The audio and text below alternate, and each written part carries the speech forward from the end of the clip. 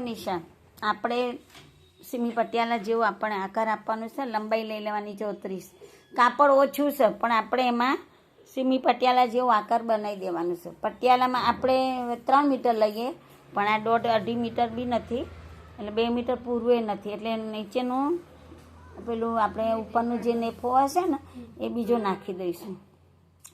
આ 34ની લંબાઈ લઈ લે. પહેલાં આ 34ની લંબાઈ લીધી ને આપણે, પછી આ બાજુ જે ખુલ્લું ભાગ હોય ને, આ બાજુ આ બંધ ભાગ છે. જો બંધ ભાગમાં નહીં, આ ખુલ્લા ભાગમાં 34નું અડધું કરી દે.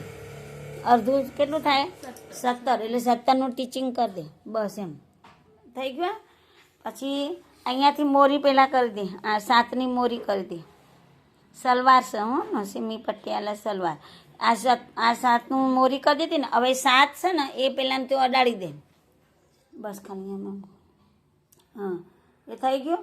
પછી જે આપણે આ કાપડ વધ્યું ને તો ત્યાંથી આપણને અહીંયાથી 9ની સીટ ભાગ લેવાનું. 9 આ 9 લઈ લીધા, બરાબર. આ 9 લીધા પછી આપણે કટિંગ કરવાનું છે. જો કટિંગ કરતી વખતે તમારે આમ કાપી દેવાનું.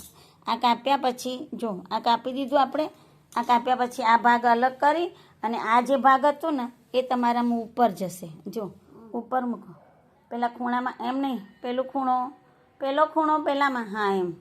એ ડાયરેક્ટ અહીંયા જોઈન્ટ થઈ જશે. જો થઈ ગયું ને, અને એ બધું આખું આવી ગયું ચપટીવાળો ભાગ, અને નીચે આવી ગયું આપણને આ મોરી આવી ગઈ. એટલે આપણને નેફાનું કાપડ વધ્યું નથી, એટલે બીજું ભાગ નેફો કરી અને આપણે એને મૂકી દેવાનું. સેમ મેચિંગ લાગે તો મૂકી દેવાનું. 2 ભાગ કરી દે, આમ 4 ભાગ કરી દે. આમ વાળી દે 4 ભાગ. એટલે એક ભાગનું આપણું આખું તૈયાર. જોઈન્ટ કરતી વખતે 2 ખૂણા આપણે જોઈન્ટ કરવાના જેવી રીતે, અને આ બધી ચપટીઓ આવી જશે. આમ ચપટી એક ભાગ આવી ગયો ને, એટલે આ 4 ભાગ થઈ ગયા, એટલે 2 ભાગના પગના આવી ગયા. સીમી પટિયાલા કહેવાય છે. આમ કાપડ ઓછું હોય તો આપણને ચપટી પણ વધારે થઈ શકે છે. વિડીયો સારો લાગ્યો હોય તો લાઈક કરજો, સબસ્ક્રાઈબ કરજો, શેર કરજો. પ્રાર્થના બેન સીવણ ક્લાસ. ચલો બહેનો, બાય.